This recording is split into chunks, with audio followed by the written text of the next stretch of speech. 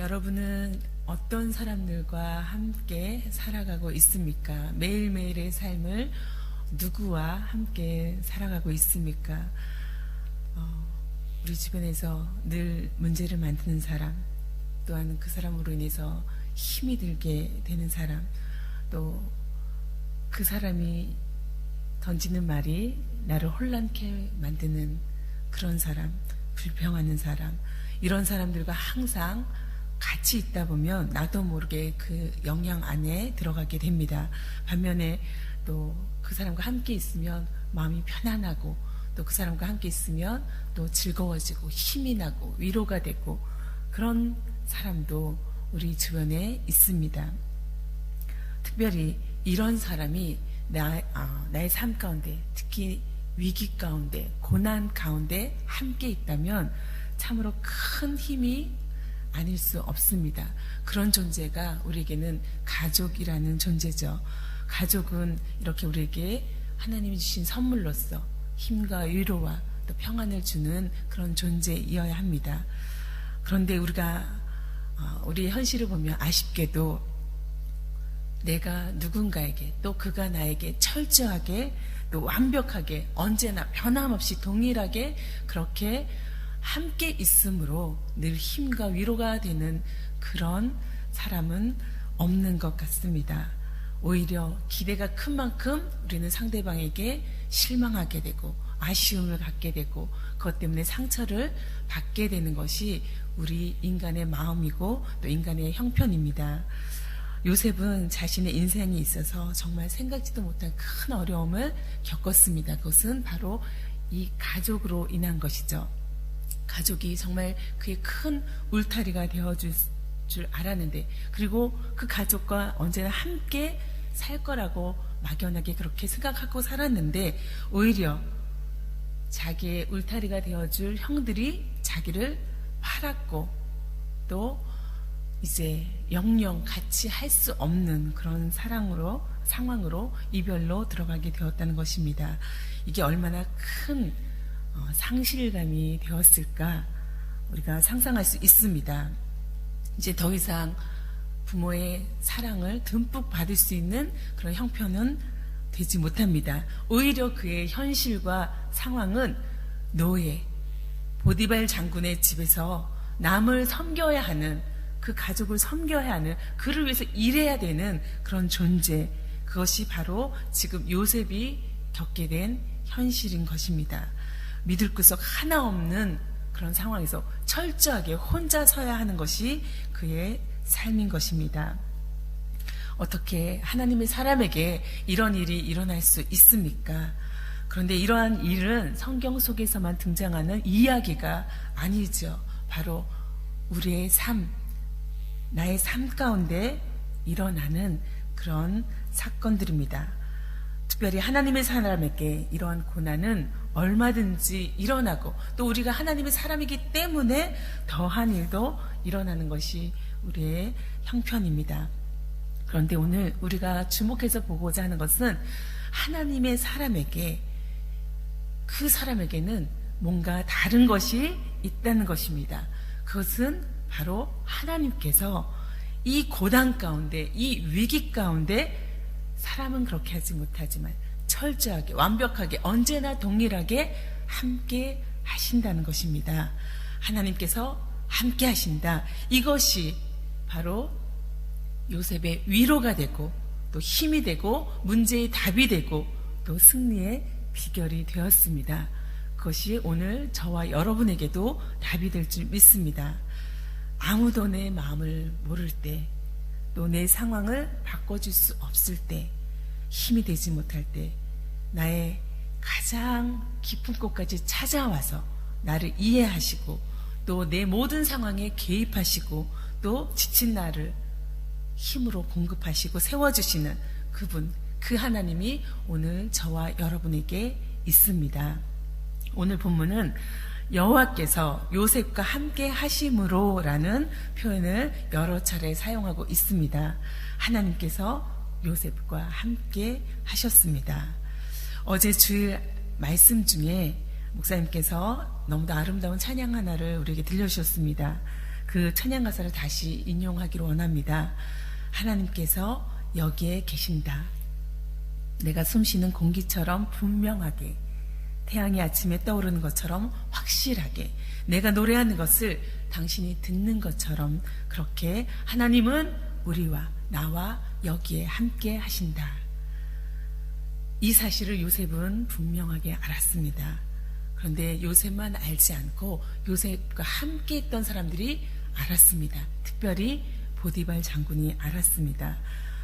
바로의 친위 대장으로서 높은 안목을 갖고 있던 보디발 장군에게 요셉의 이 특별한 부분이 드러나지 않을 수 없었을 것입니다. 그에게는 뭔가 특별한 것이 있었습니다. 그것이 바로 하나님이, 여호와가 이 요셉과 함께 한다는 것입니다.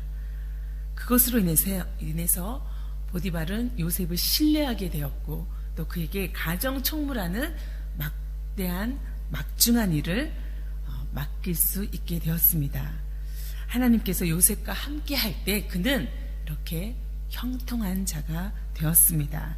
아무도 요셉과 함께 할 수 없었지만 하나님은 그와 함께 하셨고 또 그를 형통한 자라는 이름으로 부를 수 있도록 그 삶을 인도해 주셨습니다. 그것이 그를 앞으로 나아갈 수 있게 하는 힘, 노예의 자리에 머물지 않게 하는 힘이 되었습니다. 하나님이 나와 함께 하신다. 그런데 이 요셉의 형통함은 한 개인의 형통함으로 끝나지 않고 애굽 사람의 집에까지 미치게 되었습니다.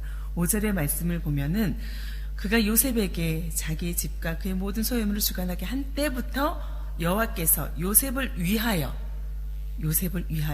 그 애굽 사람의 집에 복을 내리심으로 여호와의 복이 그의 집과 밭에 있는 모든 소에 미친지라. 그의 복이 그와 함께 있던 사람들에게까지 미치게 된 것입니다. 참으로 큰 위로와 또 복이 그 가운데 임하게 된 것입니다. 그런데 바로 그 순간에 시험이 찾아옵니다. 이로 인해서 더 큰 고난을 받게 된 것입니다. 그것은 요셉이 억울한 누명을 쓰게 된 것입니다. 이렇게 시험은 잘 될수록, 성공할수록 특별히 믿음의 사람에게 곧잘 찾아오곤 합니다. 요셉은 자기가 아무런 잘못을 하지 않았지만 더 이상 자기의 힘으로 어떻게 할 수 없는 상황에까지 가게 되었습니다. 그것이 무엇입니까? 유혹을 거절한 이유입니다. 유혹에 예스하지 않고 노 했기 때문에 노라고 대답한 것이 더 많은 고난으로, 위기로 몰아가고 있습니다. 보디발의 아내가 요셉에게 날마다 동침하기를 요청했습니다. 그런데 오늘 말씀에서 요셉의 반응은 무엇입니까? 8절과 9절의 말씀을 보니 요셉이 거절하며 자기 주인의 아내에게 이르되 내 주인의 집안의 모든 소유를 간섭하지 아니하고 다 내 손에 위탁하였으니 이 집에는 나보다 더 큰 이가 없으며 주인이 아무것도 내게 금하지 아니하였어도 금한 것은 당신뿐이니 당신은 그의 아내임이라. 그런즉 내가 어찌 이 큰 악을 행하여 하나님께 죄를 지으리까. 요셉은 보디발 장군의 아내에게 인식시켰습니다. 무엇을? 일단은 주인의 신뢰를 저버리는 것은 얼마나 큰 악행인가, 그것은 죄라는 것을, 악인 것을 분명하게 인식시켰습니다. 뿐만 아니라 당신이 누구인지를 말했습니다. 당신은 그의 아내입니다. 당신은 보디발이라는 남편을 둔 사람입니다. 라고 분명한 인식을 심어주고 있습니다. 무엇보다도 가장 큰 인식은, 중요한 것은 내가 이 악을 행해서 하나님 앞에 죄를 지을 수 없다는 것입니다. 내가 하나님 앞에 죄를 지을 수 없음을 이야기했을 때 그는 큰 곤란을 겪게 됐죠.